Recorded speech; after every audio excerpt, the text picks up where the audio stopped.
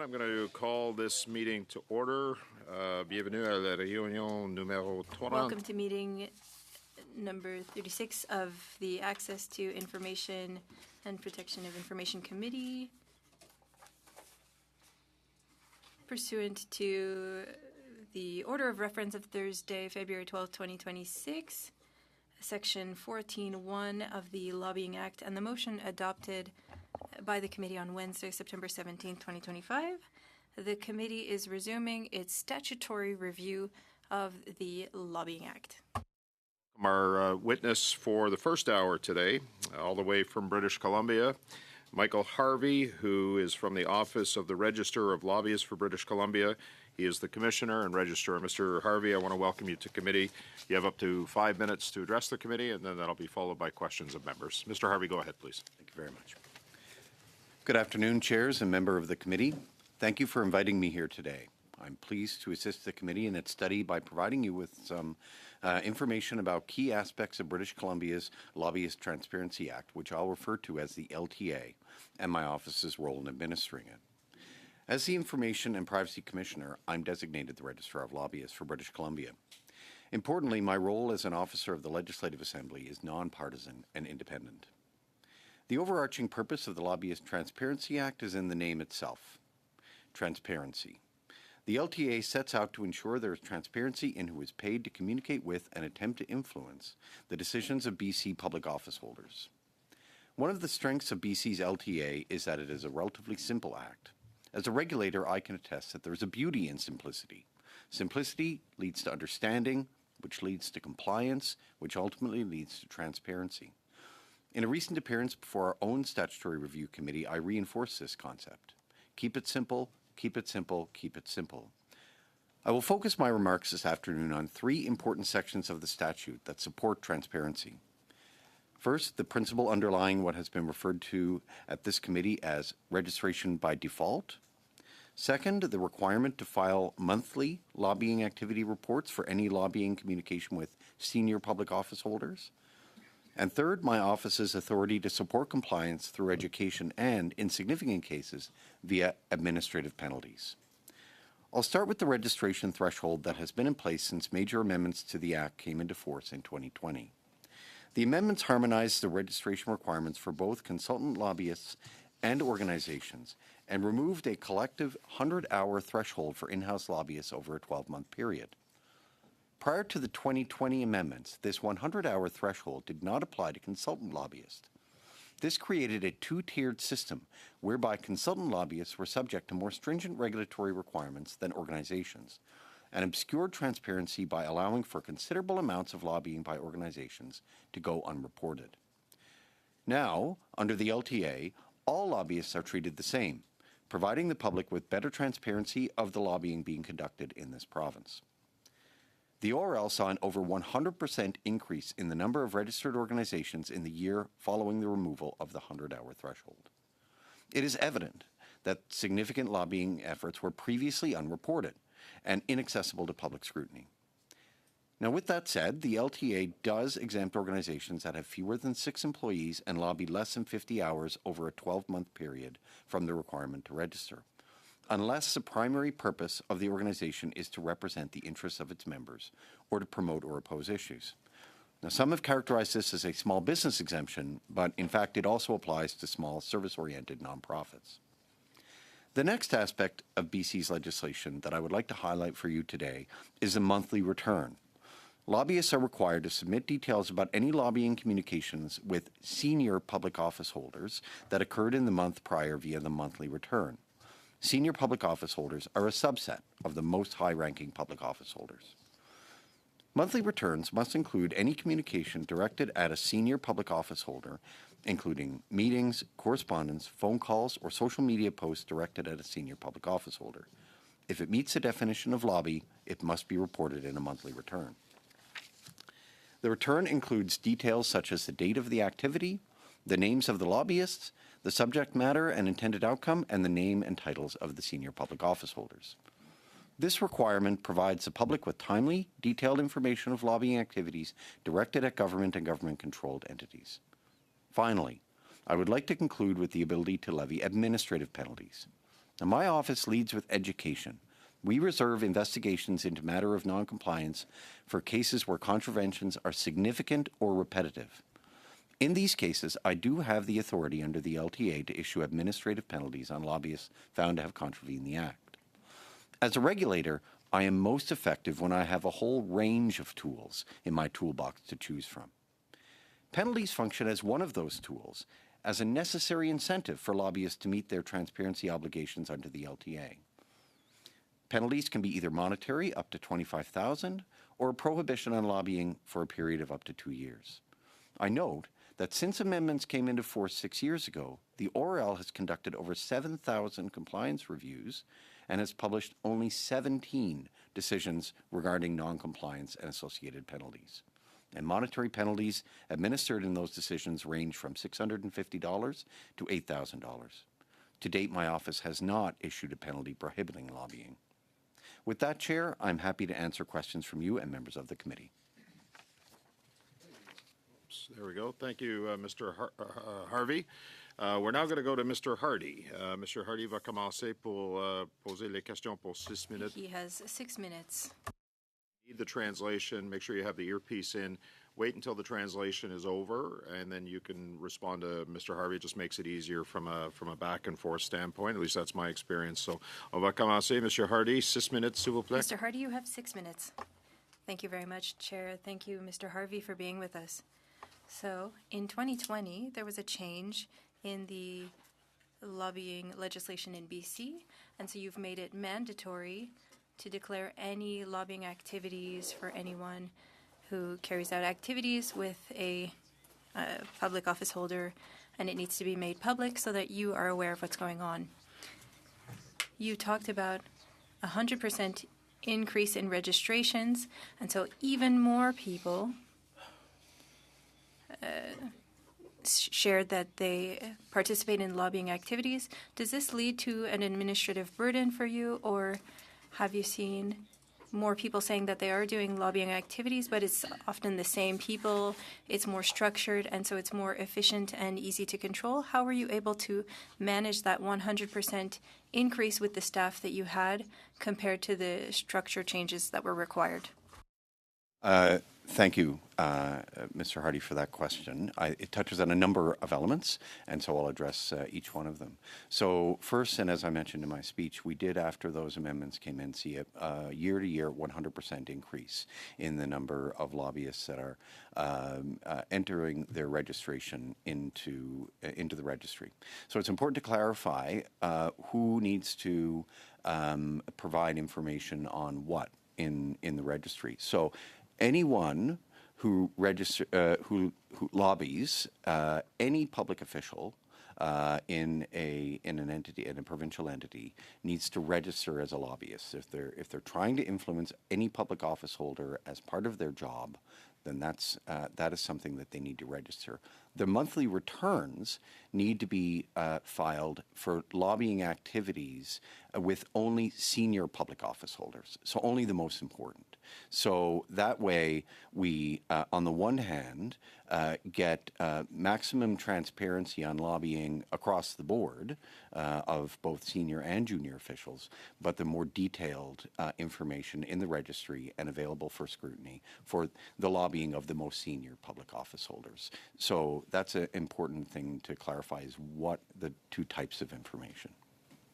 Ici, au Canada, il y a une différence quand tu In demandes. Canada, there's a difference when you're asking to have access to funding versus if you're trying to have a contract. If you're seeking a contract, you're not a lobbyist, but if you're asking for funding, then you need to be registered. Is it the same in BC? If you're seeking a contract from a senior public office holder, is that included? Is that also lobbying?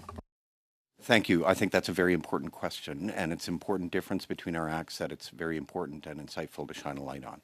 So in British Columbia, the purpose of the act is to make sure that there is a transparency function, and so that the public is able to see what's going on. And if, the general principle at work here is if the public is able to see something through a means that is already public, and there's already a transparency function, then it does not necessarily need to be duplicated. So with respect to, let's say, the procurement process, so that procurement process there is transparency regime through the procurement regime. The transparency function is achieved there. So if someone is following the procurement process that is governed by that legislation, then that the lobbying activity in trying to get a government contract is not required. Now, if a lobbyist steps outside of that and tries to influence that outside of the formal procurement process, then that influence becomes lobbying. So the key is the concept of influence. So if someone is trying to influence decisions as opposed to participate in an established process, the same for grants. So if let's say a nonprofit organization is participating in a grant project, and of course nonprofits do a lot. There's big part of the business of nonprofits. If they're putting, let's say, 30 hours of work into preparing a grant application, then that work does not count towards lobbying.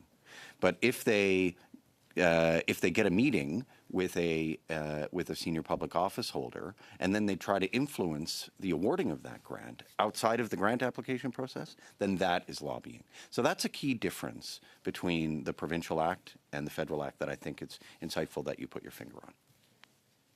Ici, en fait, dans ma circonscription, In my riding in Montmorency-Charlevoix in Quebec, it's 99% of businesses that are small businesses.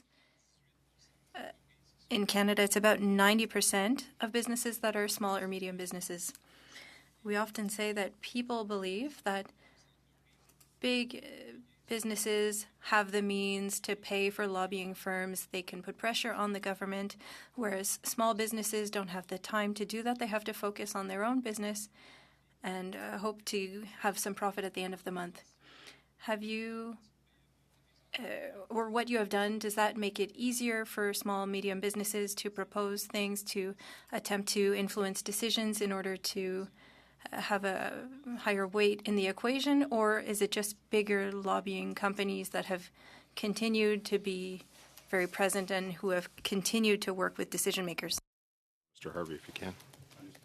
So the exception that I referenced in the registration by default approach does allow for essentially allows for lobbying by small businesses where if that is not their primary purpose, if their primary purpose is running a hardware store, for example, then and they have less than 6 employees and they do less than 50% cumulatively lobbying over the course of the year, then they are exempted from the Act. They, as well as, let's say, a swim team, for example, is also exempted from the Act. So the LTA isn't able to level every playing field, but we are cognizant of that issue. Thank you, sir. Madame Lapointe pour 6 minutes. Merci beaucoup. Ms. Lapointe for 6 minutes. Hello and welcome, Mr. Harvey. What you're saying is very interesting. We've often heard talk about the BC Lobbyist Act. The Commissioner mentioned it to us, and thank you for being with us today. The Federal Commissioner, as I mentioned, spoke highly of it. Can you tell us more about the bill and some of the changes that were proposed? Why are these changes necessary, and how did they improve the regime? So the bill is recognized. So the first thing I should mention is I understand that you have later today representatives from the Organization for Economic Cooperation and Development coming to talk to you, and I think that's excellent. When Commissioner Bélanger and I and our colleagues from Quebec, who I understand are appearing next week, were recently in Paris at OECD meetings where they have created a network of lobbyists. And it was very apparent at that meeting that Canada has long been seen as a leader in oversight, and among those that BC is recognized and the LTA is recognized as a leading example.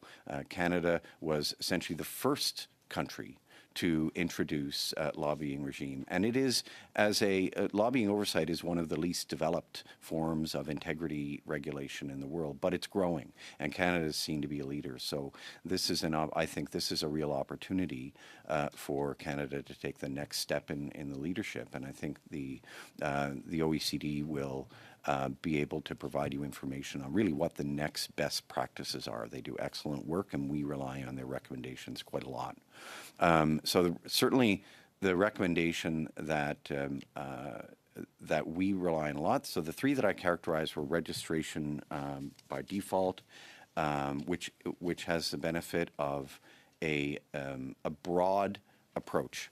So this is consistent with OECD recommendations to be broad and inclusive, and that they are of the view, and we agree at the ORL in British Columbia, that that a lobbying regime should be all inclusive, and that people should have the ability to see the full scope of what is being recommended, or who is trying to influence public office holders. And there's two aspects of this, if you'll permit me to explain why.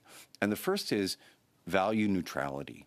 I think it's very important that the Act not be seen to be embedded with values about what are good organizations and what are not good organizations. I think we all need to be honest. There's no question that the word lobbying comes with some stigma. I begin all of my speaking remarks by saying lobbying is an important function in our democracy. It is how our public office holders come to learn about what the different organizations in our jurisdictions want and need from their government and government-controlled entities. So lobbying is an important part of democracy, and if it's transparent, and it's the transparency and the historical attitude towards this idea that lobbying takes place in the shadows that really is the basis for the stigma. So there's no question that the stigma that is associated with lobbying is part of the concern for carve-outs and for groups to not want to be seen to be lobbyists. And even some public officials, senior public office holders, don't want to be seen to be lobbyists. But lobbying is an important part of our democracy. I think it's best that we shine a light and we address the stigma that's associated with it. And through that, building transparency. So regulation by default is an important way to say this act is value neutral. It doesn't pick good and bad organizations and say some are covered and some are not. Everybody is covered. The other aspect is a little bit counterintuitive. And so having everybody in the registry, whether pursuing corporate interests, pursuing not-for-profit interests, charitable organizations, as long as you're influencing, you're in, that does allow the public to look in the registry and see who is getting more access to government officials and who's doing what type of lobbying. And if indeed the playing field is uneven, and if indeed, as Mr. Hardy mentioned, their big businesses are the ones with the specialized access, then people can see the full suite of who is influencing and make those judgments for themselves. And that's how we build trust. Thank you. Merci. Thank you. Okay. You still have some time. You have 50 seconds left. Thank you. In your view, how could these changes be considered in the legislative review at the federal level, specifically when we're speaking about recommendations made by our lobbying commissioner? Thank you very much. I think when I said simplicity, simplicity, simplicity, one other aspect of simplicity is simplicity across this country. I started my career years ago in the provincial government of Newfoundland and Labrador in intergovernmental affairs. And so I've worked in many different intergovernmental sectors with governments across this country for many years. And I can say that it's a dream in every sector to have our laws aligned so that when we have organizations working across jurisdictions that they don't suffer challenges with having to comply with the varying regimes. Everybody dreams of this, but of course we also live in a federation, and we also want to respect the wishes of the people of each of our jurisdictions. That's part of our constitution. So I wouldn't presume, I'm here to talk about British Columbia, and I wouldn't presume to tell the federal parliament exactly what policy choices to make. But I would encourage simplicity through harmonization. There's a real opportunity here. Thank you, Mr. Harvey. Merci, Madame Lapointe. Monsieur Thériault pour 6 Thank you, minutes. Ms. Lapointe. Monsieur Thériault, you have 6 minutes. Thank you, Chair. Welcome, Commissioner Harvey. As Ms. Lapointe stated, the commissioner, the lobbying commissioner, gave us 21 recommendations. 15 of them are inspired by your Lobbyists Transparency Act. My questions will look to make comparisons.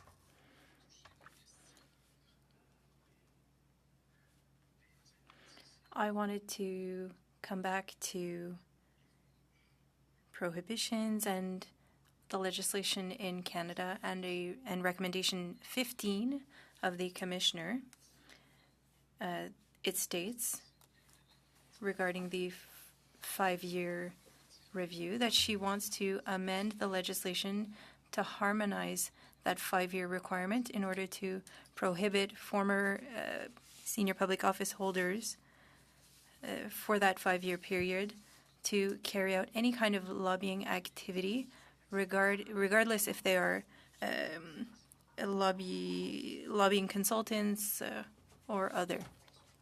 She also states that currently former public office holders can take on lobbying activities up to a significant part of their functions. In your legislation, in the Transparency Act, there is a prohibition 200 for former public office holders, senior public office holders. And so for us, it's a 5-year ban. What do you believe of that 5-year ban? Do you believe that that's too long? How did you decide on a 2-year ban? And for that ban in BC, are there any potential exemptions? If so, what are the criteria? Thank you for that question. And I should immediately contradict myself, what I've just said about the opportunity to harmonize, but this is another example where some variation across the jurisdictions may be justified. So as you point out, in British Columbia, there is a 2-year cooling off period for former public office holders. And as for why that number is different than the 5-year period in at the federal level, I mean, I'm not sure that I can answer that question. I think these are policy choices that are made by the different jurisdictions. But I think that, you know, the labor markets and the political ecosystems at the provincial level and at the federal level are likely to be a little bit different. And so I think there may be some scope for variation in the amount of time. As for the exceptions, yes, there is an exception provision for for former public office holders to be able to lobby. We have just a handful of examples of where that exemption has been sought and granted, and in my instance, it's based on the public interest, which is a complex topic. This was not a feature of recommendations I made before my statutory review committee, but if I was to focus on this, I think I would probably recommend to my own committee that the scope of decision making be that the federal commissioner has in her act to consider a range of different issues because of the complexity of defining this public interest and having that principle embedded in the Act, because it appears in the Act, but not in other places.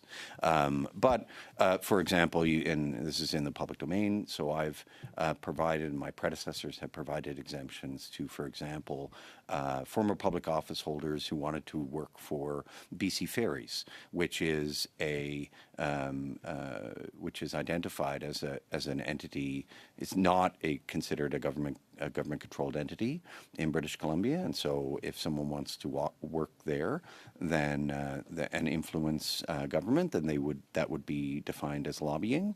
And so, but the submissions to my office and to me were that being able to do that was in the public interest, and we ultimately agreed. So that's an example of where an exemption was granted. But as I say, over the past, since this has been in effect over the past 6 years, there's only been 3 or 4 examples of exemptions being sought and granted. Concernant le délai de carence, You said that it's a political decision regarding that time frame, but for a public office holder that was a minister or a high position in the public service, these are people who are sought after by lobbying firms. Do you believe that a 2-year cooling off time is enough, given the networks that these people were able to build while they were ministers, for example, or senior public office holders?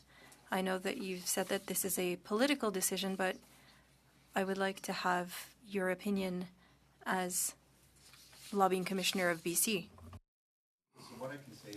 I'm going to need a short answer, Mr. Harvey, if you don't mind. I know it was a long question. We're already 15 seconds over, but Understood. Okay, what I'll say is we have seen operationally no problems. This policy choice, so what I will say further is that this policy choice needs to make sure that this cooling off period doesn't serve as a disincentive for people to enter political life. So that is an important balance that policymakers need to take into consideration. I do appreciate that. Thank you.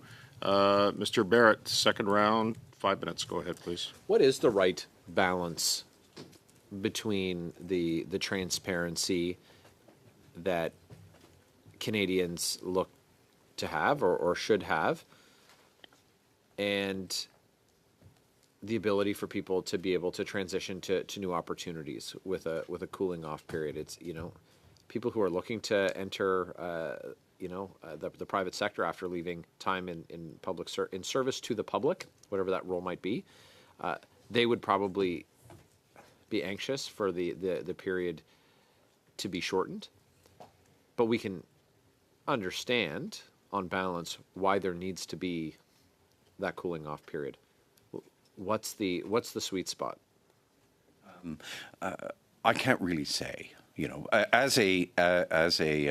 I would be a former public office holder myself. I'm not covered by the LTA in British Columbia, but so I can certainly. But I was a government executive before I was appointed as commissioner, and so I would have been if I was an ADM in British Columbia, I was an ADM in Newfoundland and Labrador. But if I was an ADM in British Columbia, I would have been a public office holder, and that would have affected my employment prospects. So I certainly have some personal understanding of that concept, but I'm not sure I can say what the right number is.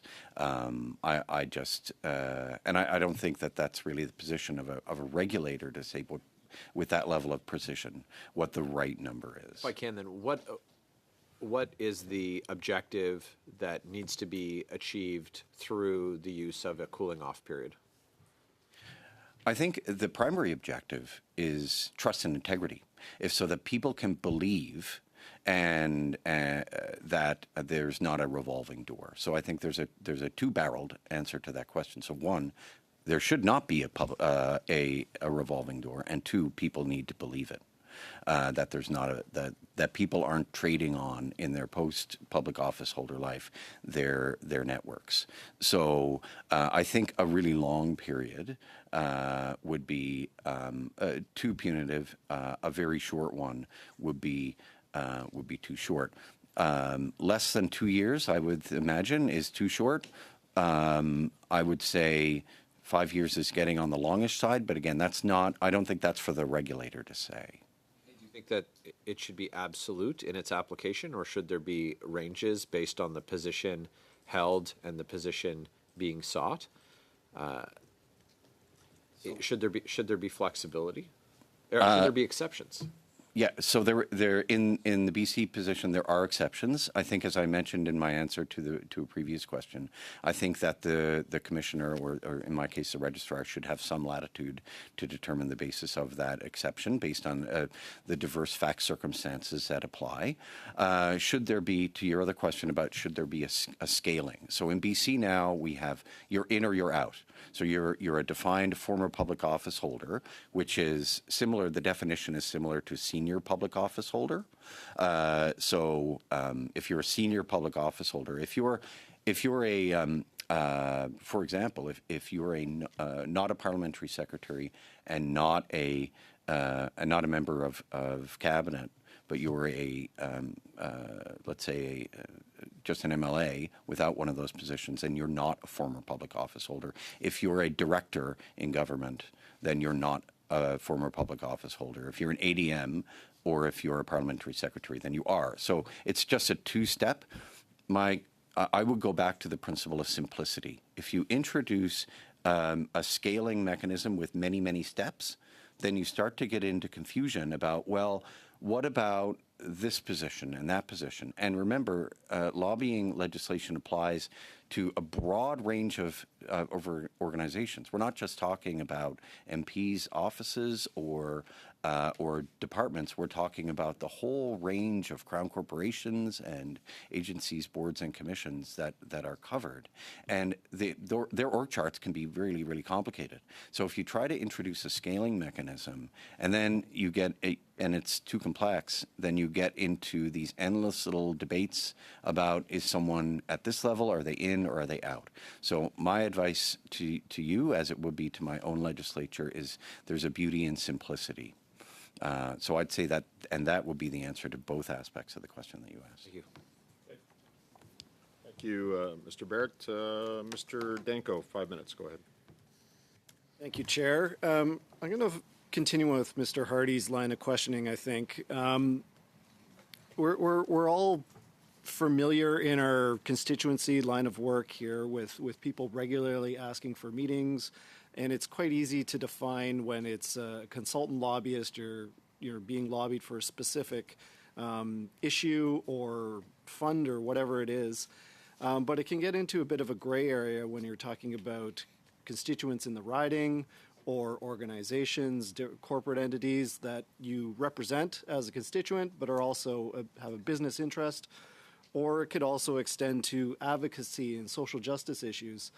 So my question through you is how are and there seems to be a number of recommendations that try to clarify when is lobbying and when it's not. But my question just through you, Mr. Chair, is how can we better simplify that and make sure that the people that are engaging with elected officials are also aware that they are in fact lobbying or not?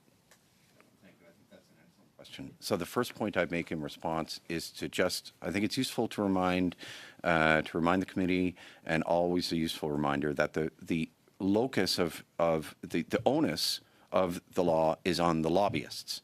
So it's not on MPs, it's not on MLAs.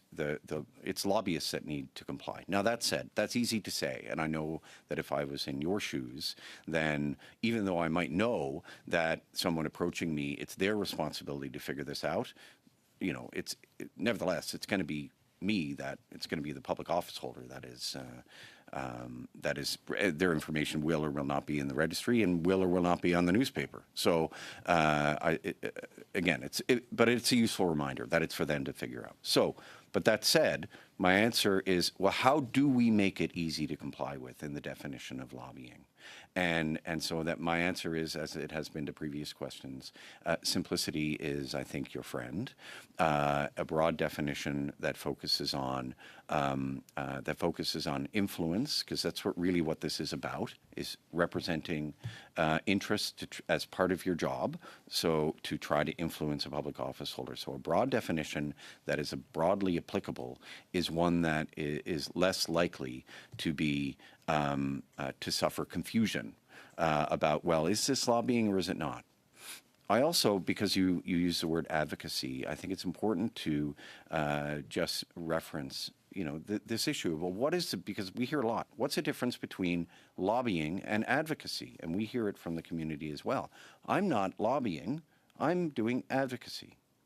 And the difference, in my view, between lobbying and advocacy is the stigma that's attached to the word lobbying. Right? There is no real difference. Both are trying to influence public office holders. And so I know that oftentimes we talk about interest representation, right? Which is a useful word, but it's a very bland word and doesn't really, I think, resonate with the public. I think lobbying is a word that does. But I think it's important to say, listen, if you're trying to influence public office holders, then there should be transparency about that in a democracy. And full stop. And I think we want to direct our efforts into addressing that stigma and trying to say, in a modern democracy, yeah, lobbying, transparent lobbying, is something that is a part of our system. Thank you. That's a really fascinating answer and quite a bit different than my experience at the municipal level. So thank you for that. My second question is, I wanted to dig in a little bit under recommendation 9, talking about grassroots lobbying.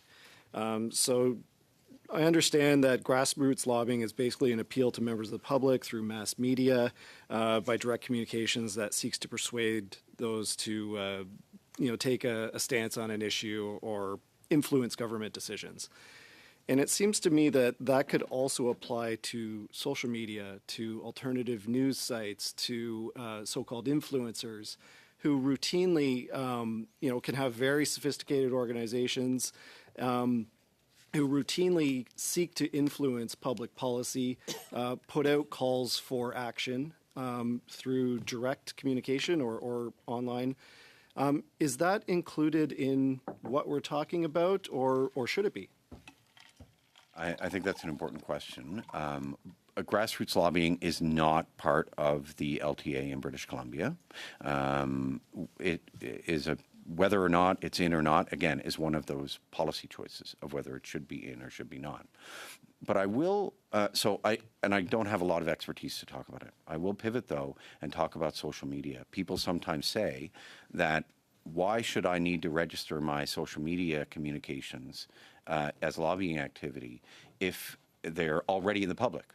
So to that, I would very quickly respond that social media is not entirely in the public, because not everyone can automatically see every social media post, and also they're not all in one spot. It's the all in one spot part that's the value of the registry. Okay, thank you, Mr. Harvey. Mr. Danko, interesting response there. Thank you. Monsieur Thériault pour 5 minutes.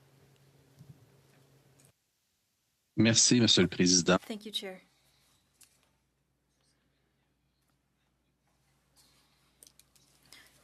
You have the Lobbyist Transparency Act, and it is subject to a parliamentary review in BC, and you were a witness last December during the hearings. Can you share some recommendations or amendments that you had proposed at that time? And also, could some of those recommendations apply to the federal lobbying legislation? Yeah, I think they could. And again, I don't want to speak with expertise on the Federal Act because that's not my mandate and it's not my expertise. But I can make some level of comment. So we made 5 recommendations. The first one is that there be a disclosure of the beneficial interests behind lobbying. So if an organization is lobbying on behalf of somebody else, that they be obliged to disclose really who is funding their lobbying organization. And there's a number of reasons behind that. For example, if a series of corporations got together and decided to create an organization to lobby on their behalf, in principle, that could not be transparent. That may not be transparent in the registry. And so we think that it's important principle of transparency that the beneficial interests behind lobbying be disclosed. So that was our number one recommendation. I'll just very quickly run through the others. They're pretty straightforward because, again, I think our act is in great shape. The second is that the type of communication be addressed. So this speaks to the issue of social media, and we heard this from the not-for-profit community, that, my form of lobbying is in sending, tweets or Facebook posts that are directed at social media, and I do that all this, let's say 100 times over the course of a month. But the public doesn't know in the registry the difference between a tweet and a meeting. And they think that speaks to transparency about who has what access. So we agree, and we think there should be transparency about that. So it's a really simple little thing, but we recommended that level of transparency. The others might be a bit specific to British Columbia, but the definition of what a provincial entity is not entirely clear, so we made recommendations on clarifying that. I also sought the authority to issue advisory opinions. So if someone comes to our office, they often will want specific advice on a specific fact circumstance. And we are always wary about prejudicing our quasi-judicial role. But I don't have the authority to give them a specific answer to that question. So I sought that authority so that I wouldn't have to, hedge my advice against being prejudicing myself. And the last one is a mandatory consultation of the Office of the Registrar of Lobbyists in the case of legislative or statutory changes. We're fortunate that governments to date have always consulted us on the legislation or regulations, and we think that that is something that should be made mandatory in the law. So those were the 5 recommendations, and I think that I would think that the ones that might apply to the federal legislation, I would clearly think that they're a good idea there too. Le premier aspect dont vous avez parlé. The first thing that you mentioned, is that something that happens often? I can't really say because we don't, and it's a fair point because I was wary about making recommendations about hypothetical problems. But there have been instances in which it has not been entirely clear. So we have seen instances in which industry associations have emerged and it's not entirely clear who has been behind them. So it doesn't happen a lot, but when it happens, there has been some notoriety about it. So I'll probably leave it at that. OK. La commissaire au lobbying. The Federal Lobbying Commissioner recommends that we allow her to send information to a competent authority other than the RCMP. And again, she made reference to the Lobbyist Transparency Act, paragraph 7.92. What would be the instances where you would send a case on NBC, and how frequently does that happen? And how often do you have to send that to another authority? Part of my job is telling people that we're over time, but I am going to give you a chance to answer that, sir, because I think it's an important question. But if you can do it quickly, I'd appreciate that. Thank you. Understood. So I'm not aware of any instances where we have done that. We have offense provisions in our Act that we would have to send those to the Crown. We've never had to do it. It's important that they exist. If there was a truly scandalous matter, that tool might be useful, but we've never had to do it. But because we have administrative monetary penalties, we can deal with particularly egregious matters in-house through that toolbox. So that's a very useful tool, even if we have only used it pretty rarely. Beyond that, I've not had occasion to use to do that. Okay. Thank you, Mr. Harvey. Merci, Monsieur Thériault. On va retourner à Monsieur Hardy pour We're going to go back to Mr. Hardy for 5 minutes. Thank you very much. I think that you have said things that are greatly important. The goal is always to serve the public. So if somebody is putting any pressure on a public office holder to take public funding to invest it. Well, what we're looking for is transparency. We want funds to be spent in the interest of Canadians. So having 100% of lobbying activities being public with your register, how did the public react? Did you see any change in people's perception of lobbying in BC? Because you were saying earlier that lobbying is important, that it helps decision makers understand issues. Did you see any change in perception from the public? So thank you for that question. I think it's a very important question. And unfortunately, I have to report I don't have an answer to you. And in part, that's because I'm still a relative newcomer to British Columbia. I've only been in office for about 2 years. Before, as I've mentioned, I was in Newfoundland and Labrador. But that said, I think it's a very important question, and I'd like to understand that answer to that question themselves. So under our strategic plan, we have 2 pillars. So I developed a strategic plan, and one of those pillars is to do more outreach. Because my impression as still a relative newcomer to British Columbia is that people in our province aren't sufficiently aware of all of the protection they have under the Lobbying Transparency Act. I think if they were, it would enhance the trust that they have in the system, if they were aware of the transparency. So it is part of my multi-year strategic plan to answer that very question that you're asking through probably public survey data and so on. Merci beaucoup. Thank you. You said that the foundation is that it should be simple, simple, simple. And when you talked about that increase of 100% of registrations, do you believe that the simplicity that you implemented made it so that you didn't need additional bureaucracy, or did you need to hire more people in order to manage more files?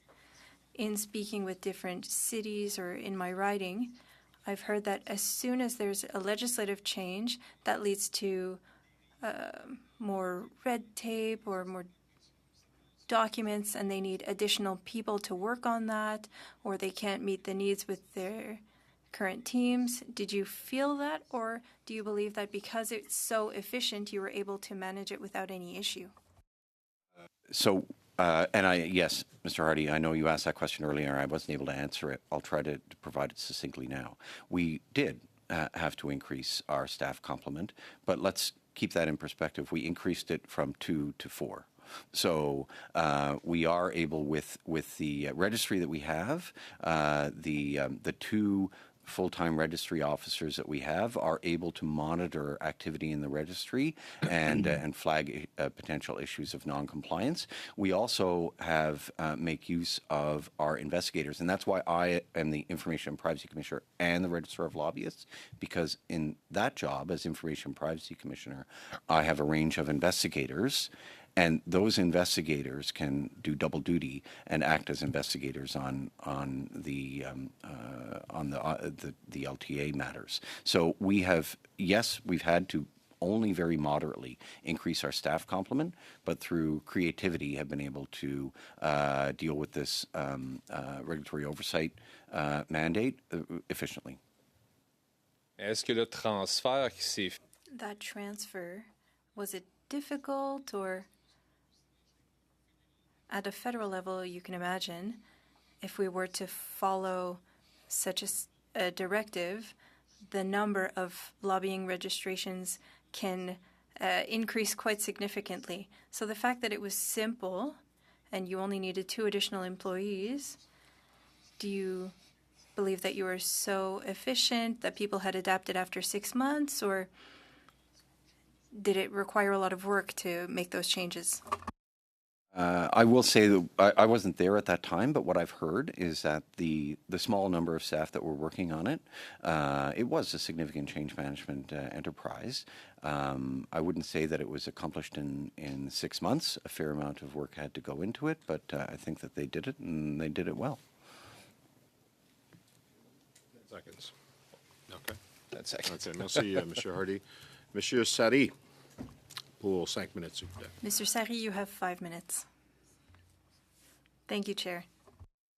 Today, this afternoon, and it's very interesting what we heard today. A lot of knowledge about this issue. I thank you in English. I will ask my question in French. Merci beaucoup. Alors encore une fois, j'aimerais plus. Thank you. I would like to follow up on what Mr. Hardy was asking regarding that administrative burden.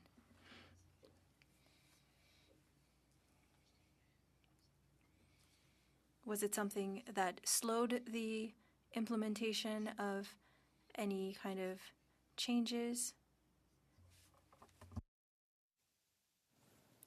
Thank you. So we did have a delay coming into force. And then since that time, we've had other minor amendments, and there's always a period of time after the amendments are brought into force, or after the amendments are enacted until they come into force, that allows for resources to be developed, for staff to be in place, for education and outreach to be done. So I think that's a normal part of expanding a regulatory oversight. So it takes a lot of work, but I think it was well planned out and executed successfully. Si je veux aller un peu plus dans les technicalités. I want to go into the details a little bit more. I would like for us to talk about tools for compliance that were implemented. These tools can sometimes come in the form of penalties. Can you talk to us about any additional penalties and how we could implement that at the federal level so that we are able to reach our desired goals? Thank you. So, the main things that we do to ensure compliance are primarily, in the vast majority of cases, all but more than 99% of cases, what we do to achieve compliance is an email with some information about how the lobbyist can come into compliance, or a letter about how they can come into compliance, and a discussion. So these are the three most important tools in our toolbox are a phone call, an email, and a letter. And that's really it. And so, yes, we do administrative monetary penalties on the basis of only the most egregious cases. We've had serious contraventions of the Act and repeated contraventions of the Act. That is all a part. So when my investigators issue a determination, they do that on the basis of delegated authority so that I can preserve my ability to do a reconsideration.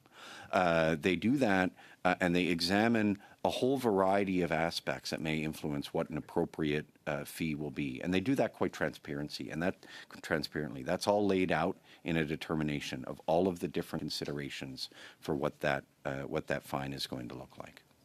Thank you. Monsieur le Président, il me reste combien de temps? How much time do I have left, Chair? How much time? Apologies. 1 minute, 45 seconds. Great. I would like to come back to questions that were asked. Can you come back to grassroots lobbying in BC? Oh, did you learn anything about it? Is there anything that you would like to share with us? I apologize because my answers on this are going to be unsatisfactory to you but it has been a policy choice of the government, at least at this point, not to recommend grassroots lobbying. And so the only thing that I would reference is that when thinking about grassroots lobbying, people might have different ideas about what it is. So grassroots lobbying might, when people think, because they often will attach it to stories that they've heard. So, and particularly notorious instances. So, of, let's say, that they've heard of an example of a grassroots lobbying initiative by an industry, and they're concerned about if that's transparent. But also, grassroots lobbying happens on behalf of other groups as well, not-for-profits, and so on. So what I will say is that if the committee, my advice to the committee would be to to just be expansive in examining that, and to try to, I encourage value neutrality in that decision making. But beyond that, yeah, because it's not a feature of British Columbia, I don't have a whole lot of expertise to offer. I expect that the OECD folks will have something to offer on that front. Thank you, Mr. Harsey. Je m'excuse encore le temps que je demande. Apologies. Again, I was asking a question to the clerk when you asked for your time. Mr. Hardy, 2.5 minutes. Oh, sorry, Mr. Majumdar for 2.5 minutes, and then Mr. Saini, you'll have 2.5 minutes, sir. Thank you for your testimony, Commissioner. Let me ask, in the brief time that I have, you mentioned influence by media, on social media, and we know there are forms of formal media, informal media. There are cultural media that are open to foreign exploitation as well.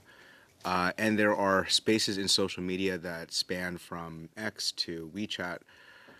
When you look at influence operations and lobbying from those types of quarters, what do you suggest can be done to tighten the rules around transparency when lobbying like that is occurring on senior public officials and elected officials?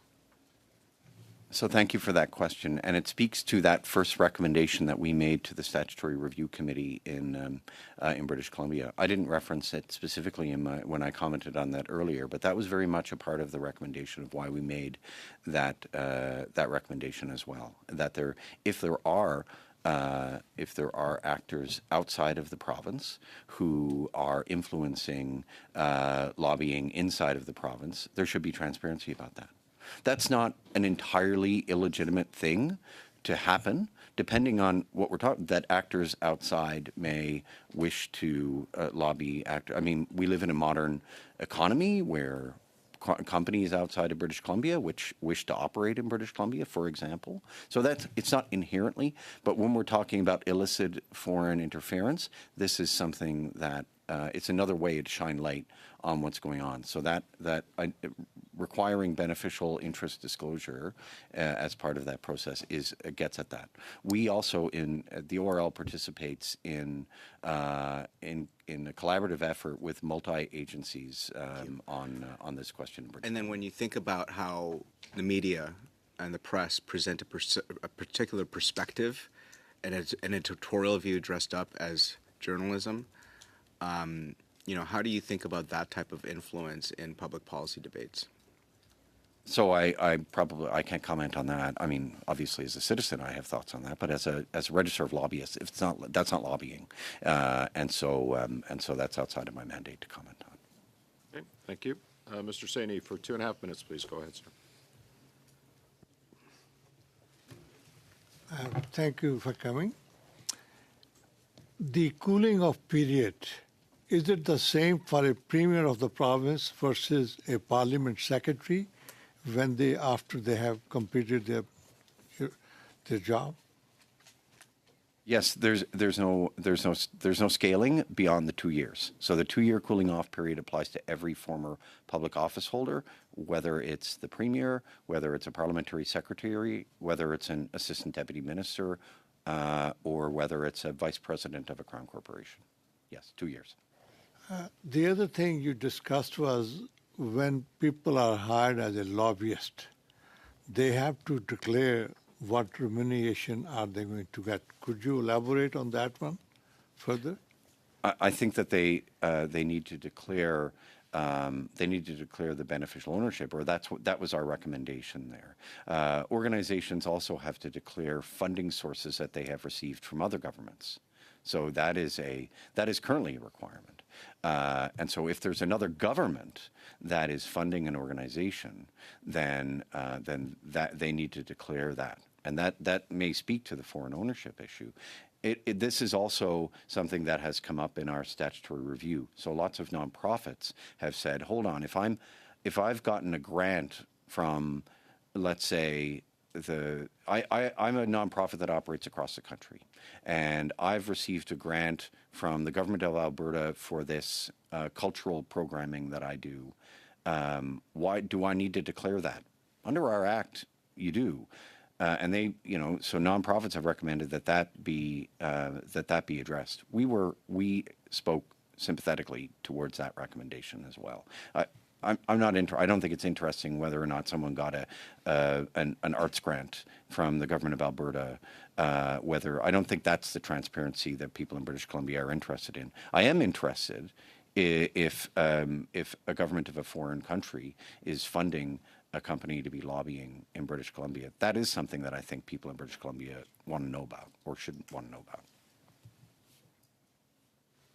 Thank you, Mr. Sani. That concludes our first hour. Mr. Harvey, I want to thank you for taking the time to appear before the committee. I turned to the analysts at one point and I said, he's only been in this job for 2 years. I found your knowledge very compelling, sir, and I think you added a lot of value to the testimony today. So I want to thank you again on behalf of the committee. So I'm going to suspend for a couple of minutes while we switch over to our next panel. We'll be back in a couple of minutes. Meeting suspended.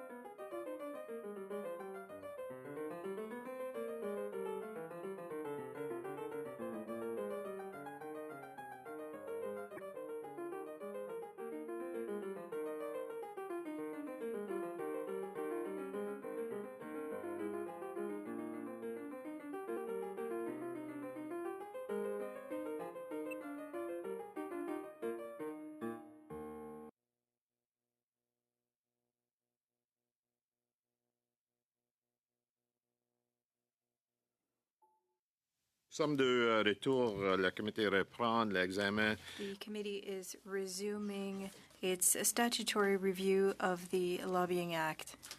I would like to welcome the witnesses for our second hour today.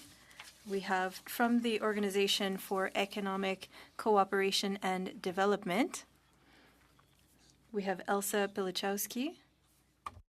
Governance. We've also got on the line Naya Sola, who is the head of Anti-Corruption, Integrity, and Open Government Division. And Pauline Bertrand is here, who is a policy analyst. Elsa, I understand that you are going to provide the 5-minute opening statement on behalf of your colleagues. Please go ahead. Welcome to committee, everyone. We're looking forward to a valuable discussion to help us in our review of the Lobbying Act. Elsa, go ahead, please.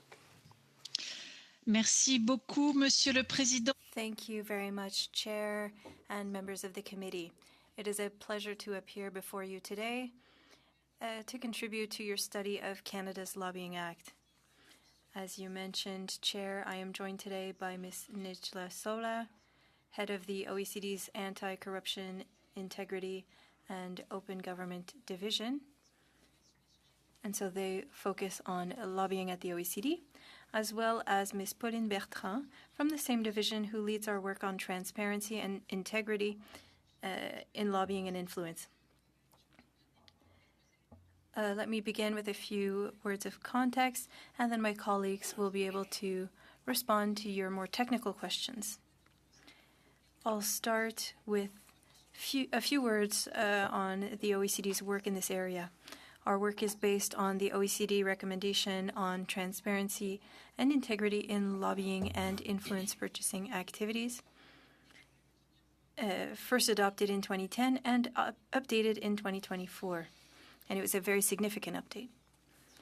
An OECD recommendation is a legal instrument adopted by the OECD and thus by all 38 member countries. It sets out agreed principles and standards for public policy to guide countries. This specific recommendation serves as a leading reference to help public authorities maximize the benefits of lobbying while mitigating the risks of undue or disproportionate influence. This is the first international instrument to take a comprehensive view of the influence ecosystem. It covers all actors engaged in lobbying activities, as well as the full range of influence tools, from direct representation of interests to communication campaigns, including influence exerted on behalf of interests linked to foreign states. The recent revision of the recommendation aimed to address the increasingly digital, complex, and interconnected nature of influence ecosystems, as well as the need to adapt regulatory frameworks accordingly. It is therefore particularly timely to engage in this discussion with you today regarding possible avenues for improving Canada's Lobbying Act. I will now continue in English. Data show that lobbying remains one of the least regulated areas of public integrity across the OECD. And within this broader context, Canada stands out as having one of the most robust frameworks. According to the 2025 OECD Public Integrity Indicators that the OECD publishes, Canada is among the strongest performers in both the strength of its legal framework and its implementation, fulfilling, according to our data, 80% of the criteria for lobbying regulations and 89% for practice, which is well above OECD averages that are at 43% and 38% respectively. At the same time, it's also important to note that these indicators focus on the core building blocks of the lobbying frameworks. And as such, while Canada performs strongly on these foundational elements, there remains scope for improvement in more detailed and technical aspects of the regime.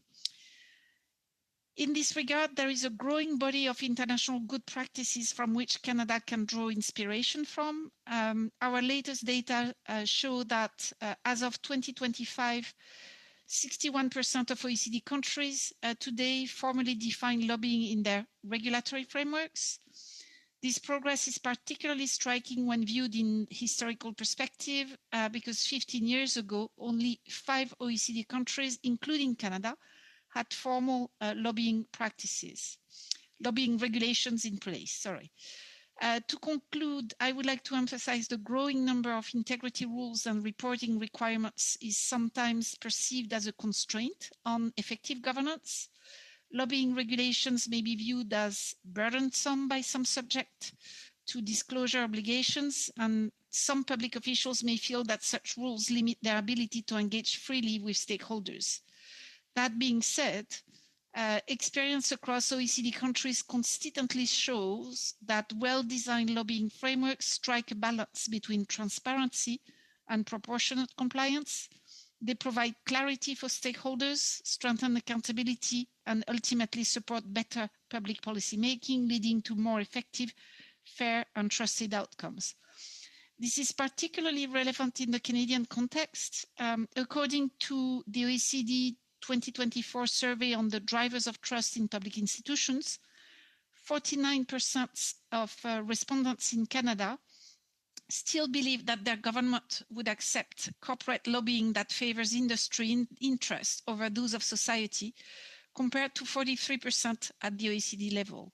So these are perception data, but perception data are also facts. They are factual perception data. So we can say that when nearly almost half of citizens question their government's resilience to undue influence, even if this is only perception, this is not a marginal concern, and it's a clear call to action. So we are very happy to discuss this further with the committee and to provide any information or comparative insights that may support your study. Thank you very much, Mr. Chair and members of the committee. We welcome any questions you may have. Wonderful. Thank you, Madame Pilichowski. We're going to start with our 6-minute rounds. I'm going to ask members if they can direct their questions to one of the 3 specific individuals. That would make it easier. And if it's to all 3, just clearly indicate that. We're going to start with Mr. Majumdar. He is from the Conservative Party of Canada, and he's going to start with 6 minutes. Go ahead, Mr. Majumdar. Merci pour votre contribution ce soir. Thank you for your contribution today. Before this committee. You mentioned something pretty stunning at the conclusion of your commentary, at the conclusion of your presentation, where you said that half of the Canadian people question the lobbying regime in the country. There might be reasons for that. The OECD has examined conflicts involving family members of public office holders in light of Canadian cases linking ministers' spouses or partners to large infrastructure projects and procurement files. What disclosure and safeguard rules would you recommend could be drawn from best practices elsewhere? That's a question for Pauline. Thank you, Elsa, and good afternoon, Chair and members of the committee.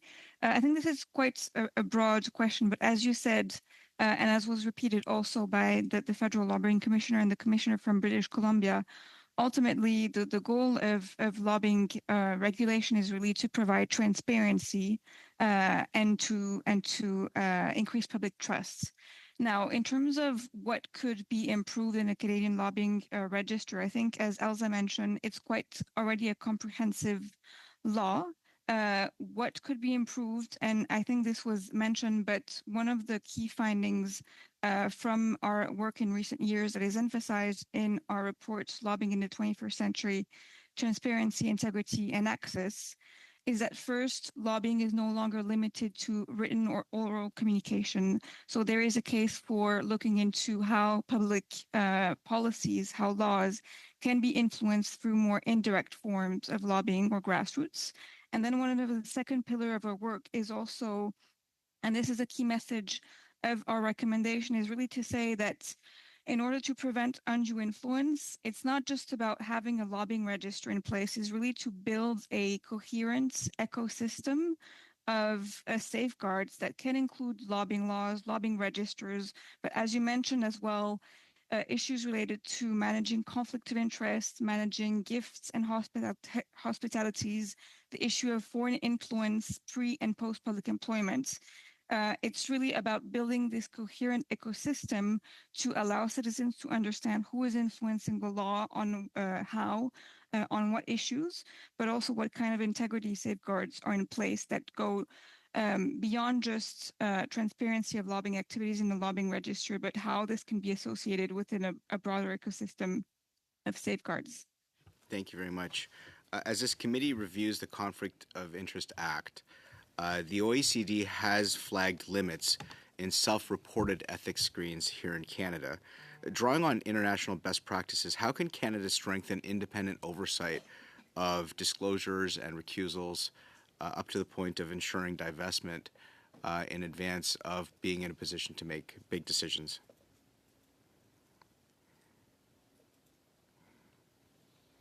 On the issue of conflict of interest and lobbying, I think Canada has already a strong framework in place in the sense that there is independent oversight of lobbying.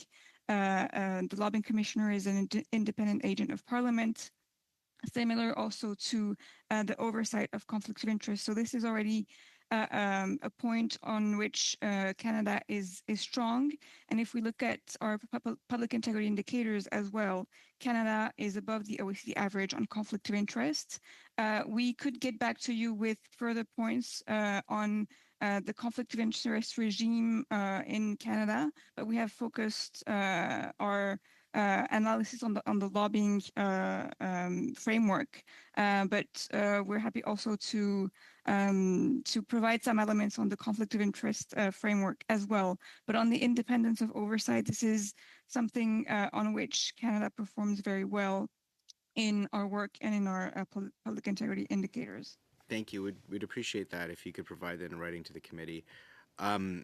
Canada's faced criticism over ATIP delays, access to information, with heavy redactions and proposed access to information challenges. Many are months behind schedule and are providing significant barriers to the transparency we expect of our government. What OECD recommended reforms to lobbying and beneficial ownership disclosure? Point. Il parle justement de. We're talking about lobbying here today, and that's not what he's asking questions on.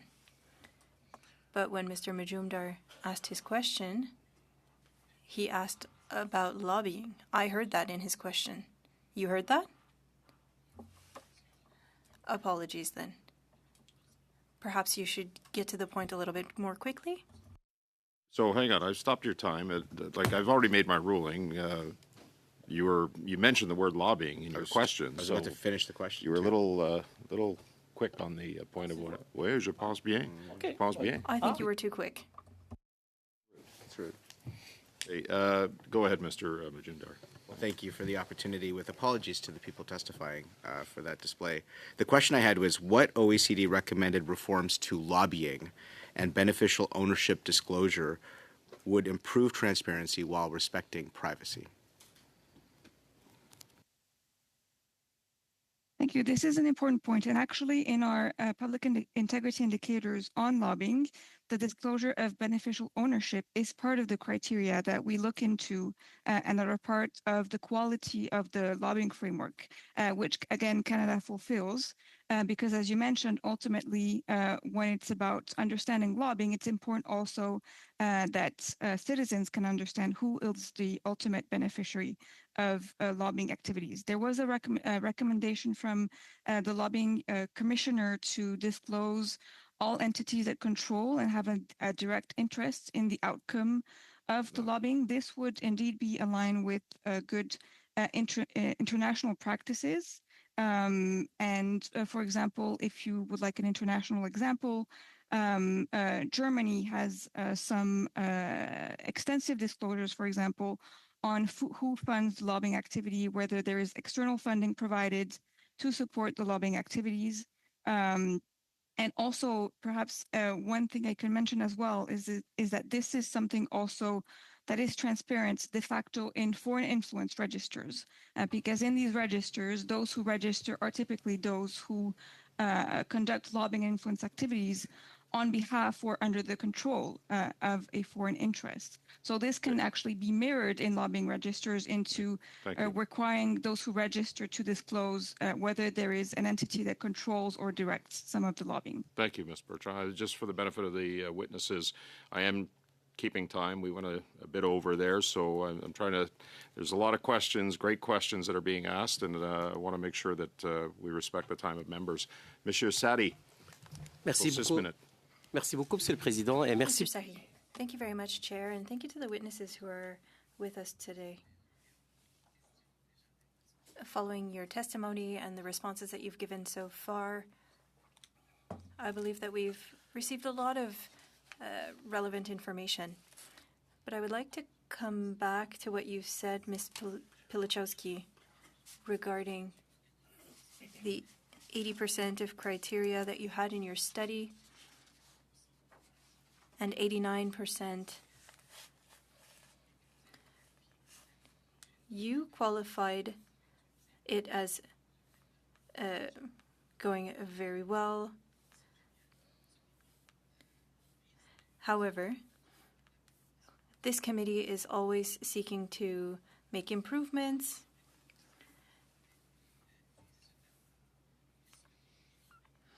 Are there any other OECD countries that have tools for compliance that lead to better results? If there are any administrative penalties, monetary penalties, anything that could allow us to improve our oversight here. Thank you very much for the question. Regarding OECD indicators and Canada's 80% result, the indicators focus on the quality of regulations. They don't go into detail regarding the quality of definitions of everything that is covered, institutions that are covered.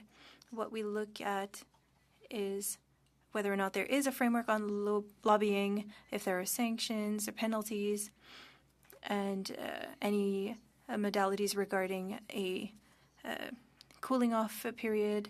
And that is why Canada received that 80%. The only criteria that's not met has to do with rules before entering or becoming a public office holder.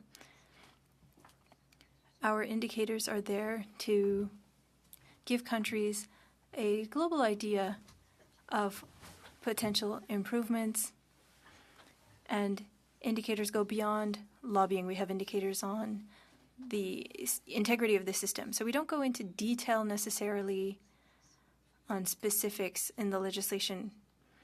We do it when we have projects with different countries where we review and offer targeted recommendations. Now, regarding administrative penalties, in countries like Canada, where there are no administrative penalties, or if it was seen as a challenge or a potential improvement for international best practices, where there are administrative penalties, in Ireland, they have a commission that can implement administrative penalties if lobbyists are behind in their declarations, for example. We can find it in other OECD countries.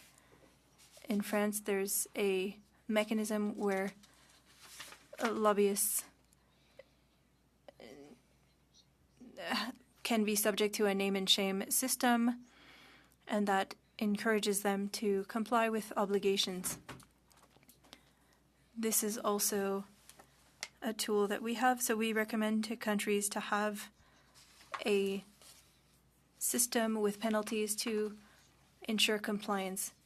Now, regarding the quality of disclosure, in most countries, disclosure has to do with written and oral communication. In Canada, the Commissioner recommended expanding the scope of information that would be shared in those monthly reports so that it would not only cover oral communication and cover written communication, as is the case in BC. That is something that is found in OECD countries such as France, Germany, Lithuania, and others where they have that information. I didn't want to interrupt you in your response because it was very relevant. And I would ask a question similar to Mr. Majumdar. Would you be able to send that information in writing to the committee? We would be pleased to read it. Your report also touched on coordination between organizations that are responsible for public integrity. What mechanisms could you recommend regarding sharing information? In Canada, you have a bit of a unique model. And in the OECD, you have an agent of parliament who is appointed for the implementation of the Lobbying Act. We don't have that in OECD countries. Mostly in France, for example, and in Ireland, it's an organization that is responsible for the public integrity. It's independent, and it is responsible for the implementation of the Lobbying Act. These organizations, for example, in France, have responsibilities regarding declaring one's interests and for a framework for foreign influence and other elements. So that type of coordination happens less because these organizations have larger mandates. Canada's strong suit that I wanted to focus on is the independence. In many OECD countries, the organization responsible for the implementation of the legislation is not often independent, even though it is one of our main recommendations to have that independence. On coordination, in Canada, there will be legislation on foreign interference that will be coming into force with a separate commissioner. That's an example where coordination between those two commissioners could be relevant. Thank you very much. I also noted the requests made by members to receive information in writing. The clerk will be sending those requests to you after the meeting by email. Mr. Thériault, you have 6 minutes and a bit more for your questions. The floor is yours. Thank you, Chair. Welcome to our witnesses. Thank you for the information that you have given us. In 2021, there was a partnership agreement between the OECD and Lobbyisme Québec, there was a report published in 2022 called Framing Lobbying in Quebec and Canada, Pursuing Developing Integrity and Transparency. You were recommending reviewing the significant part of one's mandate. In this review, the lobbying commissioner in Canada recommended removing that and requiring registration by default. And so I would like to know what you think of that recommendation, having registration by default, and what are the OECD countries that would have similar practices of registration by default. Thank you very much. Now, regarding that threshold, this is something that is talked about often in OECD countries. For those who have that or similar criteria, it can lead to issues because there's always a matter of interpretation. How do you define that threshold?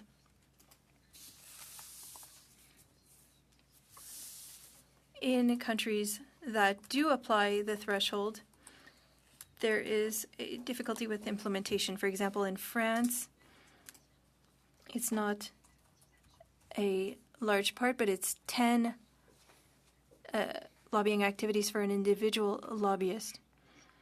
And so they just have to give each individual lobbyist 9 activities or less to not meet that threshold. In Germany, it's 30 activities. So if there's a letter sent to 30 members of parliament, that is considered 30 lobbying activities. We can see that for countries that adopted legislation recently don't have that threshold.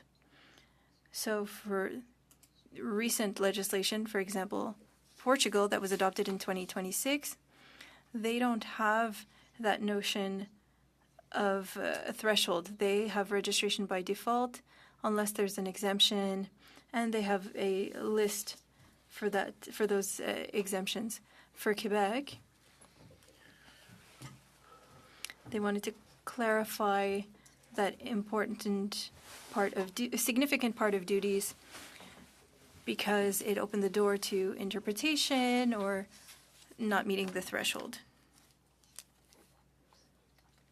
And so I understand that you are in favor. We offer recommendations on a case-by-case basis. Countries are very different. And so our recommendations for Canada could be different than the recommendations we would offer to other OECD countries. For Quebec and for Canada, for example, we recommended that eliminating the significant part of duties. In that report, published in 2022, you were recommending to Quebec to amend its lobbying legislation in order to give the lobbying commissioner a power to administer administrative penalties. The commissioner would like to have such a power. Why would it be important to the OECD to give to lobbying authorities the option to administer administrative penalties? How many countries do that currently? And have you been able to note the impact of such powers? Having that would encourage compliance, as I said, in countries where there are only criminal sanctions, and in Canada, if there is the belief that someone violated the Lobbying Act, it's sent to police authorities, and having administrative penalties or a suspension, temporary suspension from the register can encourage compliance and have sanctions that are proportionate to the violation. So for a minor violation, if they forgot to update their declaration, well, in that case, perhaps a lower administrative penalty would be more relevant. I don't have an example of countries for the organizations that are responsible for implementation of the legislation, but we could come back with examples. But an example that I raised earlier would be Ireland. They have a good framework, and it includes administrative penalties. You have 1 minute, Mr. Thériault. So it can reduce delays and would increase efficiency. Yes, absolutely. Thank you. I have no further questions. Not in 30 seconds anyway. I'll wait till the next round, Chair. Thank you, Mr. Thériault. We're going to start with our second round of questions for 5 minutes. Mr. Hardy, you have the floor. Thank you, Chair. Thank you to the witnesses for being with us today. I have questions for Ms. Sola. You haven't had the opportunity to respond since the beginning, so I'll ask you a few questions. Can you describe internationally what you're seeing as corruption? I don't want a random example or an exceptional case. I would like a common example that you see in OECD countries. What would be corruption that you see frequently? Thank you. It's not an easy question to answer. It's interesting, we're talking about lobbying, and it is not defined as corruption, but rather as a matter of influence that needs to be legislated through transparency. I would say the most common case of corruption, and the one that is the most easily defined through different OECD countries, would be paying off a public servant or a representative of the public sector to serve a private interest. So influencing a decision of that public office holder through payment in order to focus on a private interest and not a public interest. That would be the most common. And when it applies in a more specific context, for example, in public markets, we have, for example, licenses and agreements. It would be paying a public servant in order to receive a license that they would not otherwise have received. So that would be a more common example. Thank you very much. Thank you for responding. It seems quite clear to me. So influence in the case of lobbying in order to focus on a private interest and not a public interest. What do countries do in order to prevent that kind of action? What mechanism do they have?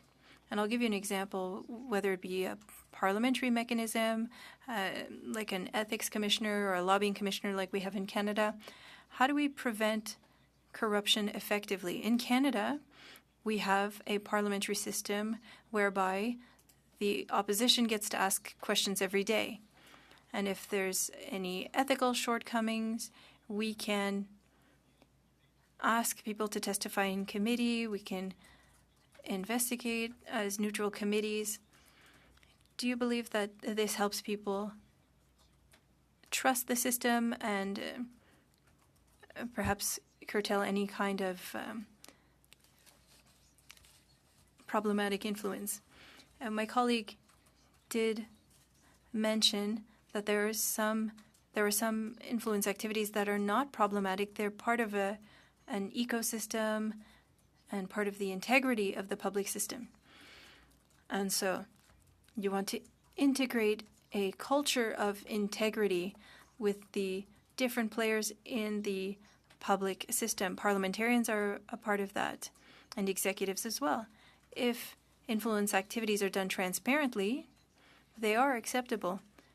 And what my colleague mentioned earlier regarding the culture of lobbying and what it represents,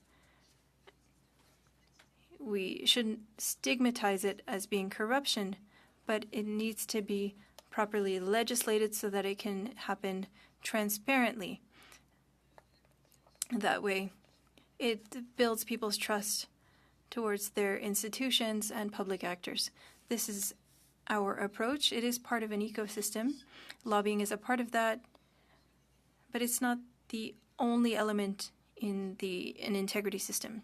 Thank you for confirming that having a standing committee like this one, and we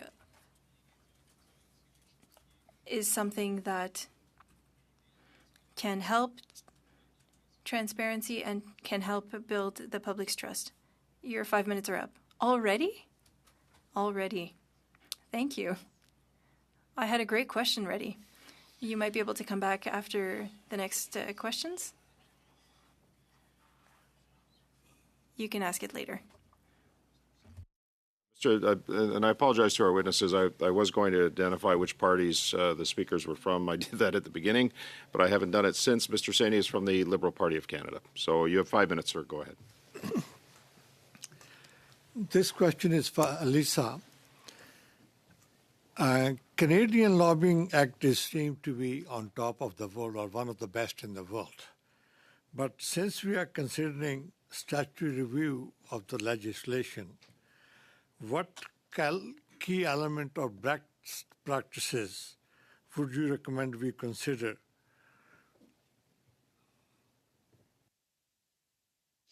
If that's okay, sir, I would prefer Pauline to respond to that question. Thank you, Elsa, and thank you, sir. Very quickly, I think one of the key, in order, for example, for Canada to reach 100% on implementation, one of the key elements that is currently absent from the register that could be included is information related to financial information. So the budget and expenses related to lobbying activities. There was a question raised earlier by one of the members on the funding that is provided for the purpose of lobbying and influence. This could be information that is relevant to include in the register, and that is included in some registers across the OECD, like, for example, Germany. And then very quickly, other elements that Canada could consider and that is in our legal instrument is the question related to grassroots communication, to provide more transparency on these types of activities. As currently in the register, lobbyists only have to indicate yes or no, I do grassroots, but no further details. And then it was mentioned throughout the discussion, the question on monetary fines is also an area of improvement that could bring Canada closer in line with our recommendation on lobbying and influence. Okay. As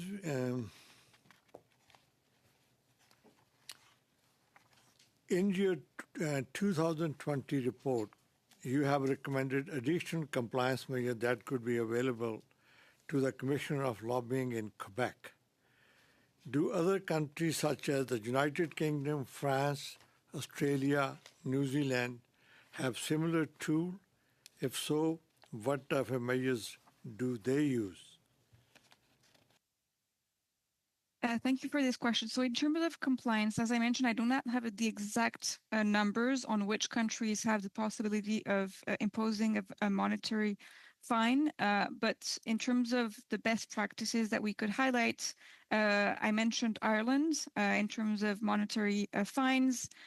Also, countries like Lithuania, Slovenia have relevant practices in terms of not going directly to criminal prosecution or penalties, but imposing measures such as trainings, a temporary debarment from the register, a temporary prohibition from conducting lobbying activities, which are here to ensure compliance and provide more proportionate sanctions.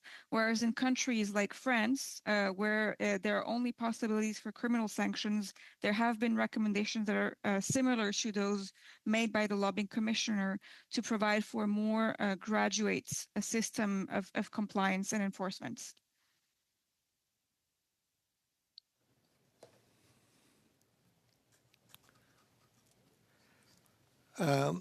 British Columbia is considered one of the best legislation in the world. Can you comment on that compared to other legislation in Canada, whether it's Quebec or the federal legislation of Canada? Perhaps just one point before I mentioned the regulation in British Columbia. Our indicators and our measurements do not cover regulations at the provincial level or at the state level. So our analysis when it comes to our data and measurement is limited to a national federal level. So we have not analyzed in detail the regime in British Columbia. That being said, and I think that the Commissioner from British Columbia mentioned it earlier today, we do have, of course, discussions with regulators also from the provincial level. We did publish a report on Quebec, and British Columbia is part of our network of lobbying regulators. I think the key strength of the system that were mentioned throughout the discussions today are first, the fact that communications report do not just cover pre-arranged meetings, but all oral and written communications, and this is in line with best practices across the OECD. Also, the system of monetary penalties that is also aligned with best practices and with our recommendations. So these would be the key elements that I would say differentiate British Columbia from the federal level. Also, the issue of thresholds, which were the significant part of UDIS, which was removed. So these are some of the key points that differentiate British Columbia from the federal level. But again, we have not gone into detail of the system in BC in our indicators. Thank you, Pauline. Thank you, Mr. Saini. 5 minutes, Monsieur Thériault de le Bloc québécois. Mr. Thériault from the Bloc québécois has 5 minutes. Thank you. I was thinking we could have a bit more of an open discussion in 5 minutes on the fact that you had a report, OECD Perspectives on Integrity and Fighting Corruption in 2026. You stated that Canada does not have a unified central strategy to fight corruption. That is an observation of a fact. There are different laws, for example, but do you see any benefits to having a unified centralized strategy, or was that a simple comment that you made in defining Canada's arsenal regarding that theme? I'll respond if that's all right. It's a very interesting question, and we have discussed this.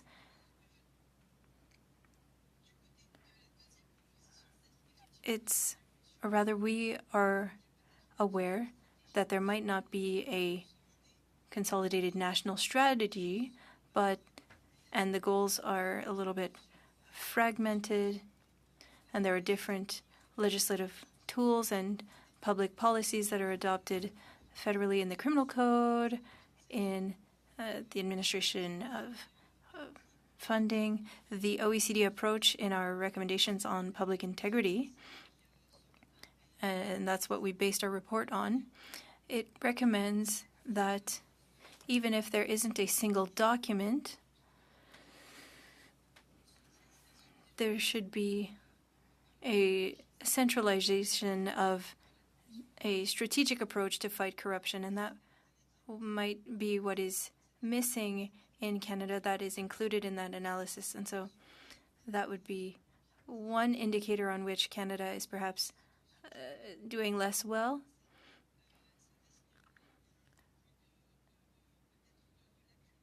So that could be one gap. So strengthening your approach in Canada, which would give a strategic directive against corruption at the federal level, but would be relevant. Do you have any examples of countries that have such strategies? Is there any positive impact? Most OECD countries and non-OECD member countries have strategies. For the past 2 or 3 years, we've been able to follow the evolution of member and non-member states on this. There are more and more countries that are implementing a national strategy. Secondly, those that are the most efficient are the ones who have a high-quality national strategy. They need to have the capacity to have a monitoring system so that they can follow up on the implementation and view the impact, and that will inform future national strategies. And that's what we focused on in that document, that national strategies have an impact, a positive impact, on fighting corruption and supporting integrity in a country, especially when there is a monitoring and assessment process that allows the country and public powers to identify the impact. And in a system that is more fragmented, it's more difficult to do. If I may add, having a national strategy that is reviewed frequently allows for the identification of new threats to integrity that develop very quickly in the digital world and with foreign interference. And so reviewing this and identifying these new threats leads to a better strategy. When you talk about a national strategy, you're saying that having different entities in Canada that are responsible for countering corruption, there is some coherence, but there needs to be more done, and Canada is currently not doing it, and other countries are performing better than Canada. Mr. Thériault, unfortunately, the time is up, but I will give time for a quick response. I'm not sure who would be able to respond. Nyla? I would be delighted to continue this conversation, but the fact that there are many organizations responsible is not necessarily problematic. But in order to have a strategic direction to fighting corruption and protecting integrity, it needs to be dynamic, it needs to adapt to different risks, and it's important. And without such a strategy, that would be difficult. Mr. Barrett. Canada scores highly in the OECD's 2026 lobbying indicators, meeting 80% of criteria on regulation and 89% on practice. But the OECD in 2023 report implementing the OECD Anti-Bribery Convention Phase 4 report on Canada said that under the Liberal government, Canada's, quote, prosecutorial independence framework came into sharp focus during the SNC-Lavalin case, quote, and that allegations of political interference, quote, triggered a public statement from working group on 11 March 2019, end quote. Does that suggest that Canada's system may look strong on paper, but still fail when real pressure is applied by well-connected insiders?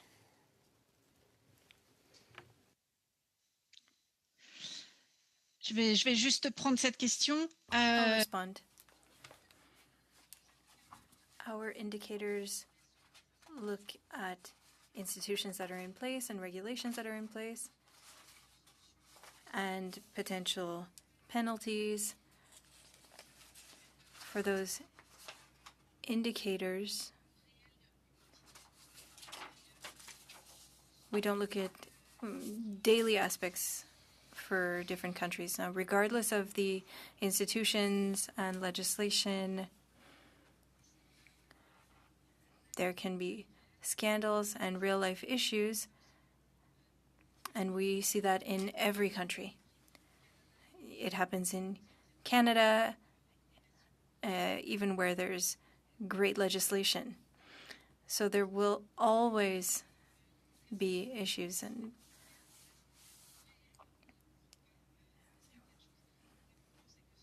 the important thing is that there be penalties, that we learn lessons, that we look at the different risks, and that we be up to date on the system, or that the system is up to date. So the OECD's anti-bribery convention says that foreign bribery cases must not be influenced by national economic interest or by the identity of a company involved.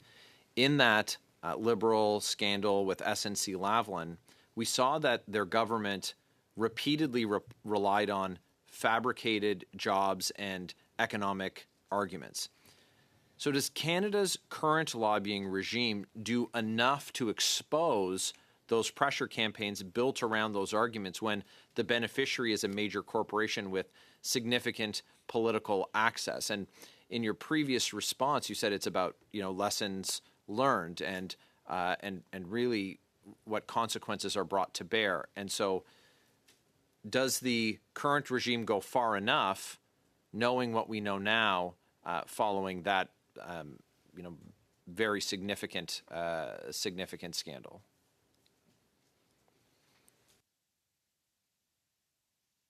I will take that one and perhaps echo what Elsa said.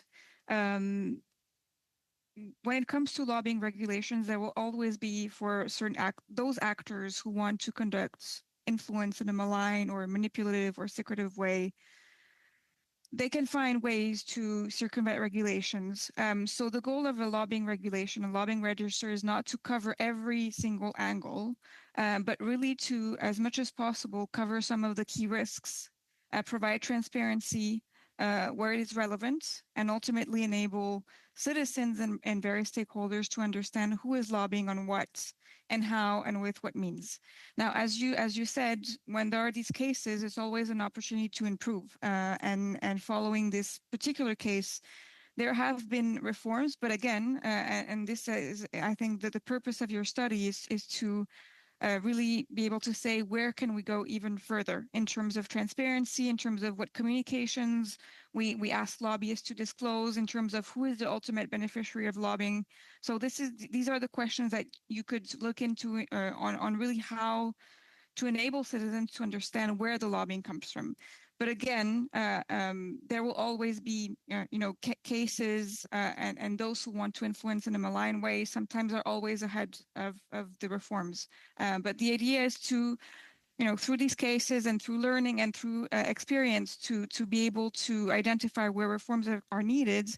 And in Canada, you have a very long experience regulating lobbying, one of the longest experience within the OECD. So I think from the previous commissioners, the current commissioners, and now these international examples, there is really room to really identify, okay, where are these specific points where Canada already does well, but we could do better in terms of transparency. Thank you. Thank you, Mr. Barrett. Madame Lapointe, pour 5 minutes, s'il vous plaît. C'était mon tour. It was your.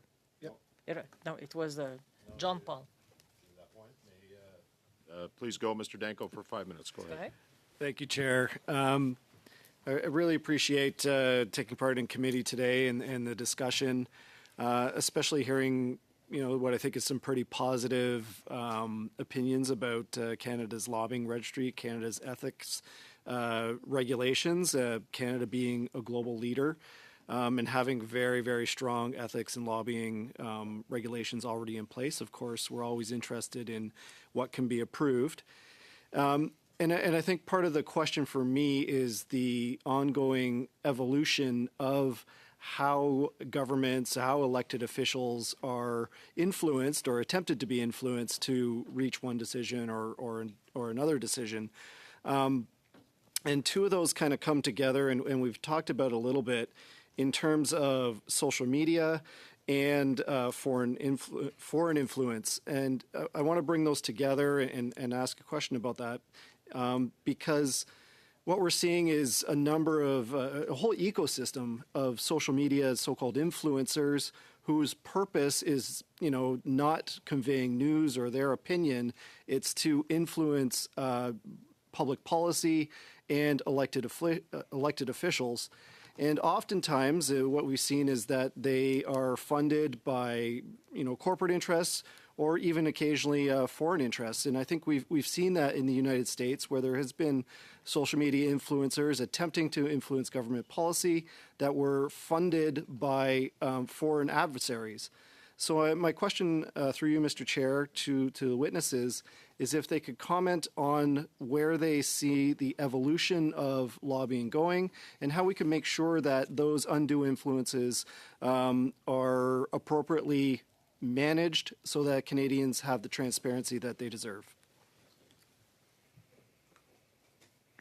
Thank you, sir. And you're making a very, very important point. That is one of the central message and one of the key reasons why we update our own standards, because the previous version of our legal instruments defined lobbying as an direct oral or written communication.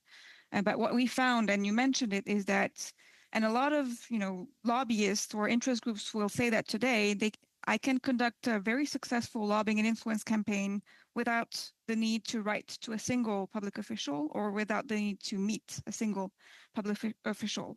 And a lot of this, we have moved from lobbying to influence, where a lot of this influence is done through grassroots lobbying or communications campaigns, where the goal is to actually influence, to spread information materials and to influence the opinions of the general public, so that this can in turn put pressure on public officials to take a specific stance. So this is why the new version of our legal instruments defines lobbying as more than just written oral communications, but includes all these attempts to influence the public.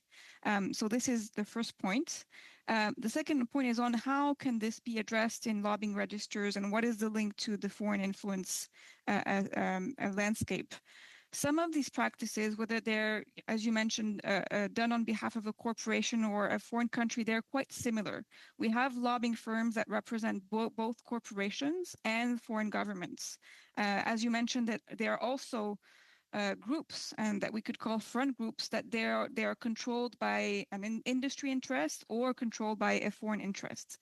So this is where the link between the lobbying register and the foreign influence register comes into play. There is a case for aligning these frameworks a little bit, but what I want to say is that it's really crucial in terms of how lobbying registers evolve, that they no longer just provide transparency on oral written communication, but that they go beyond that. And I think Canada already defines and includes grassroots communications in the Lobbying Act. So I think now the next step is really to first ensure that this notion of grassroots communications is clearly understood, that there is clear interpretation on what really does that mean, because there can be a lot of activities that can fall under indirect or grassroots lobbying, and then how it can be disclosed in the register. How do we ask lobbyists to disclose this type of information? On that, there are little examples within the OECD except the EU Transparency Register, because all the other registers, unfortunately, are still focused on oral written communications. But there's a lot to learn from foreign influence registers that have for a long time included these communications campaigns, these political activities that are more about influencing minds and less about directly influencing public officials. Thank you. How much Am I out of time? You're over time, but if you have one quick question, I'll give you that time. No, Okay. I'm good. That was an excellent answer. Thank you. Okay. So thank you, Mr. Danko. I want to thank all of our witnesses for being here today, Elsa, Nyla, and Pauline. As I noted earlier, I have made notes of the times of questions that were asked of Mr. Majumdar and Mr. Sari. We will be following that up with the clerk, so you'll get an email. If there is any more information, I know an hour passes by really quick. If there is any more information that you would like to provide the committee that will be helpful in this study, I invite you to do that as well. So thank you again, and I'm going to dismiss you. Thank you. Mr. Barrett, go ahead. So it's Thursday afternoon. We moved a motion on Monday with respect to the question of conflicts of interest raised by the finance minister, where he said that he couldn't participate in matters related to Alto because of his relationship with a senior executive there. And after moving the motion calling for the commissioner, the minister, and the CEO to come to committee, we saw a filibuster that went on for more than 12 hours, led by the Liberals. So I'm going to give the opportunity to do the right thing again. I'm going to seek unanimous consent, Chair, for this motion that the committee undertake a study into the connection between the Minister of Finance and National Revenue and Alto, and the minister's claims that he has recused himself from decisions his government made related to Alto, that for the purpose of the study, the committee invite the following witnesses to appear by May 8th, 2026. The Conflict of Interest and Ethics Commissioner for 2 hours, Martin Imblo, the CEO of Alto for 2 hours, and the Minister of Finance and National Revenue for 2 hours. Okay, so you're seeking unanimous consent on that? Yes, on sir. That motion. Do I have unanimous consent for that motion? No. We do not have unanimous Shockingly denied consent. by the Liberals. Okay. Thank you, Mr. Barrett. So that concludes today's meeting. I am advising committee members that I have scheduled time for committee business tomorrow morning at 8:15 until midnight tomorrow night. So this meeting is adjourned. You'll get the notice soon. Thank you.